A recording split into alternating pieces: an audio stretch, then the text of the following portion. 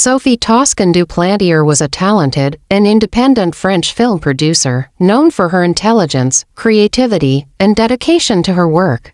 Born in France, Sophie grew up in a cultured and supportive environment surrounded by art, literature, and cinema. Her life reflected not only professional ambition but also a love for travel, exploration, and experiencing the world beyond the familiar streets of her hometown. She had a refined sensibility and a gentle nature that made her well-liked by colleagues, friends, and those who crossed her path. In December 1996, Sophie traveled to West Cork, Ireland, for the winter holidays, seeking a peaceful retreat away from the hectic life of Paris. The rural Irish village offered quiet roads, misty landscapes, and a sense of calm that she had long sought. Sophie stayed at a rented cottage, blending into the tranquil rhythm of the countryside. Locals remember her as polite, friendly, and unassuming, a visitor who respected the community and brought a touch of continental elegance to the quiet village streets. During her stay, Sophie maintained her usual routine, enjoying walks along the narrow country roads, exploring local scenery, and immersing herself in the peaceful isolation she had chosen for reflection and rest. She often spoke of the serenity she found in Ireland, contrasting it with the constant motion of her work in France. This idyllic holiday, however, would soon take a dark and irreversible turn. On the night of December 23, 1996, Sophie was found brutally murdered near her cottage. Her body was discovered battered and lifeless in the road, a shocking sight that immediately sent ripples of horror through the small community. This was not a random accident, nor was it a fleeting tragedy. It was a deliberate and violent crime that shocked both local residents and those who knew her from France. The sheer brutality of the act stunned the authorities and raised urgent questions. Who could commit such a crime in a quiet, peaceful village, and why from the very beginning? The investigation was complex. Ireland's rural police, and Garda Síochána, found themselves facing a case that was both mysterious and highly sensitive. Sophie's French nationality added international attention, drawing media scrutiny and diplomatic concern. French authorities closely monitored the case, offering support to ensure that justice would be pursued thoroughly. The cross-border dimension highlighted how vulnerable even sophisticated, educated, and careful individuals can be when faced with unforeseen danger. The immediate days following Sophie's murder were filled with confusion and fear. Locals, who had never experienced such violence, were shaken. Rumors circulated, some pointing to intruders, others to personal disputes, but few knew the full story. Police began collecting evidence at the scene, tire marks, footprints, and forensic clues that might reveal the perpetrator. Every detail mattered, and the pressure on the Garda was immense. They had to ensure that Sophie's story was not lost amid speculation and fear. Sophie's life, however, was never defined by her death alone. Friends and colleagues in France remembered her as a passionate professional, a creative mind, and a woman of integrity. They organized vigils, released statements, and kept her memory alive, reminding the world that behind the headlines was a person with ambitions, kindness, and dreams. Her family's grief was profound, yet they were determined that the tragedy would not overshadow the life she had lived so fully. As investigations continued, one of the most troubling aspects became clear: the murderer had left little immediate trace.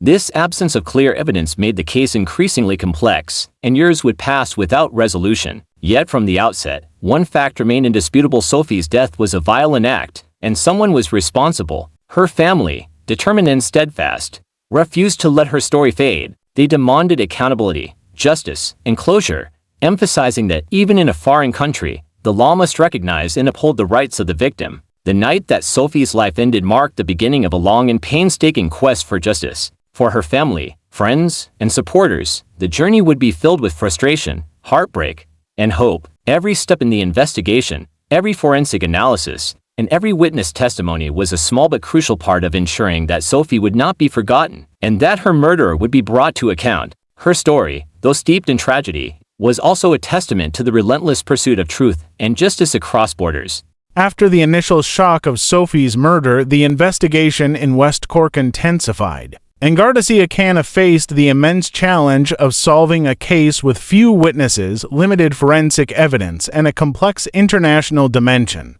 The quiet rural community that had welcomed Sophie suddenly found itself under intense scrutiny. Locals who once walked the same streets in peace were now wary, their daily routines overshadowed by fear and speculation. Every detail, no matter how small, became a potential clue. Tire tracks, footprints, and traces of disturbance around Sophie's cottage were meticulously examined by forensic experts, yet despite these efforts, the mystery deepened. One of the first avenues of inquiry focused on the immediate surroundings of Sophie's cottage. Investigators mapped the roads, alleys, and paths she had walked, attempting to reconstruct her final movements. Her routine walks, once peaceful moments of reflection, now held critical significance. Witnesses were interviewed repeatedly, from neighbors who had seen unfamiliar faces to tourists who might have been in the area. Each statement had to be cross-checked, every account scrutinized for inconsistencies. The meticulous attention to detail was necessary because even the smallest observation could lead to the identification of the person responsible for the brutal crime. Early in the investigation, theories varied widely. Some speculated that the crime was opportunistic, carried out by a stranger who had observed Sophie alone near her cottage. Others considered the possibility of a targeted attack, suggesting personal motives tied to people she may have known during her stay in Ireland. Despite these varying theories, the evidence at the scene remained sparse. The absence of witnesses who saw the act itself made the case particularly challenging. Each lead had to be weighed carefully, and the pressure on law enforcement grew as media attention escalated, both in Ireland and in France. Forensic evidence became a cornerstone of the investigation. DNA traces, fibers, and other materials collected at the scene were sent to specialized labs for analysis. While some results were inconclusive, other findings hinted at the possibility of an external perpetrator. Experts emphasized the importance of combining scientific data with behavioral profiling. They attempted to predict patterns, assess potential suspects, and narrow down the pool of individuals who might have been in the area at the time. The meticulous collection and analysis of evidence highlighted how modern forensic techniques could provide a voice for victims who could no longer speak. Amid these efforts, a name emerged in public discussions: Ian Bailey, a journalist and local resident who became a central figure in the investigation. His presence and interactions during the time of Sophie's stay raised questions for investigators. Although definitive proof of his involvement remained elusive, the case, already complex due to cross-border legal complications, now faced additional scrutiny. France sought involvement, insisting that Sophie's murder be investigated thoroughly and transparently. Legal experts navigated between Irish and French jurisdictions, debating extradition possibilities and evidence-sharing protocols. Every procedural step had to satisfy the requirements of both countries, further complicating an already difficult investigation. As the weeks turned into months, the emotional toll on Sophie's family became more apparent. They traveled to Ireland, liaising closely with local authorities and providing insights about Sophie's habits, routines, and relationships. Their testimonies offered critical context. Sophie was cautious, friendly, and unassuming,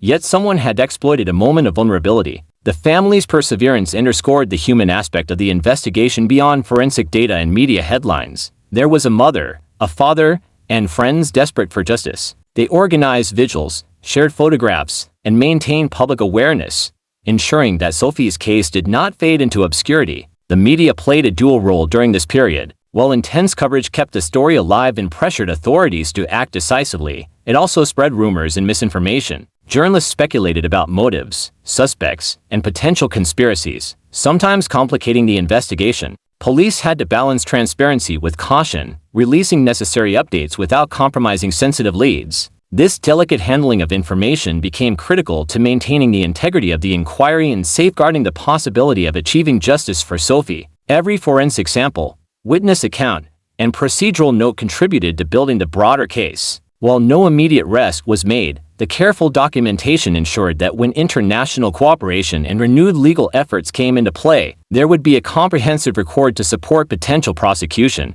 Through it all, Sophie's story resonated far beyond the small village of Shoal, West Cork. It highlighted not only the vulnerability of individuals in unfamiliar environments but also the importance of relentless, methodical investigation. For the authorities, every lead mattered. For the public, every update reminded them of the human cost behind each statistic. Sophie's tragedy became emblematic of broader issues: the dangers of isolation, the challenges of cross-border law enforcement, and the enduring impact of violent crime on families and communities.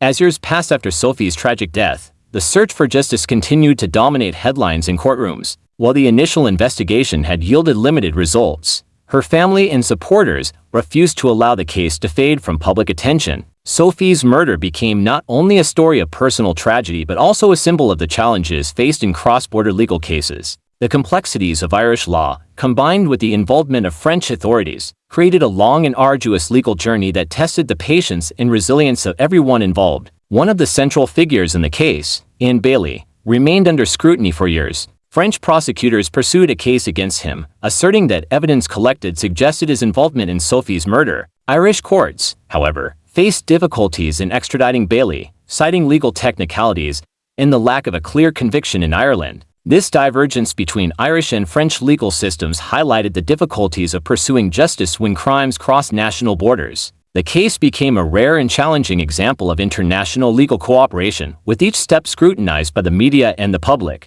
During this period, forensic science continued to play a crucial role. Investigators revisited old evidence, including fiber analysis, DNA testing, and witness statements. Advances in forensic technology offered renewed hope, as samples that were once inconclusive were re-examined using more sophisticated methods. Every piece of evidence became a potential key to unlocking the truth, and for Sophie's family, it symbolized a chance to finally secure accountability. They remained engaged with legal proceedings, attending hearings, providing testimony, and speaking publicly about Sophie's life and her enduring absence. The emotional toll on Sophie's loved ones was immense. Each court session brought back memories of her last days and forced them to relive the horror of her murder. Yet, amidst grief and frustration, they found strength in advocacy. They emphasized the importance of remembering Sophie as a vibrant, intelligent, and caring woman, rather than reducing her identity to that of a crime victim. Through interviews, vigils, and public statements, they worked to keep her memory alive, ensuring that her story would continue to resonate as both a cautionary tale and a call for vigilance. Sophie's murder also had a profound impact on the local community in West Cork. The serene village that had once symbolized safety now became associated with tragedy and heightened awareness. Residents became more vigilant, safety measures were re-evaluated, and conversations about trust, personal security, and community responsibility intensified. Schools, local organizations, and law enforcement agencies began emphasizing awareness and precaution, inspired in part by the lessons learned from Sophie's case. Her death underscored how even peaceful environments could harbor danger, and how vigilance and support networks are essential for personal safety. In the media, Sophie's story continued to captivate audiences, drawing attention to issues of justice, legal complexity, and the human impact of violent crime. Documentaries, articles, and interviews explored not only the details of the investigation but also the broader societal implications. Her case raised questions about the adequacy of international legal cooperation, the treatment of suspects, and the role of public advocacy in pursuing justice. Through these discussions, Sophie's name became synonymous with both tragedy and the unwavering pursuit of accountability. Eventually, legal developments provided some resolution. While not all parties agreed on outcomes, the ongoing involvement of French prosecutors ensured that the case remained active. Courts reviewed evidence multiple times, testimonies were re-examined, and appeals were considered. Each legal step reinforced the principle that violent crimes, regardless of location or nationality, deserve persistent attention and pursuit. For Sophie's family, even incremental progress offered solace. The recognition that their daughter's life and the crime committed against her were not forgotten.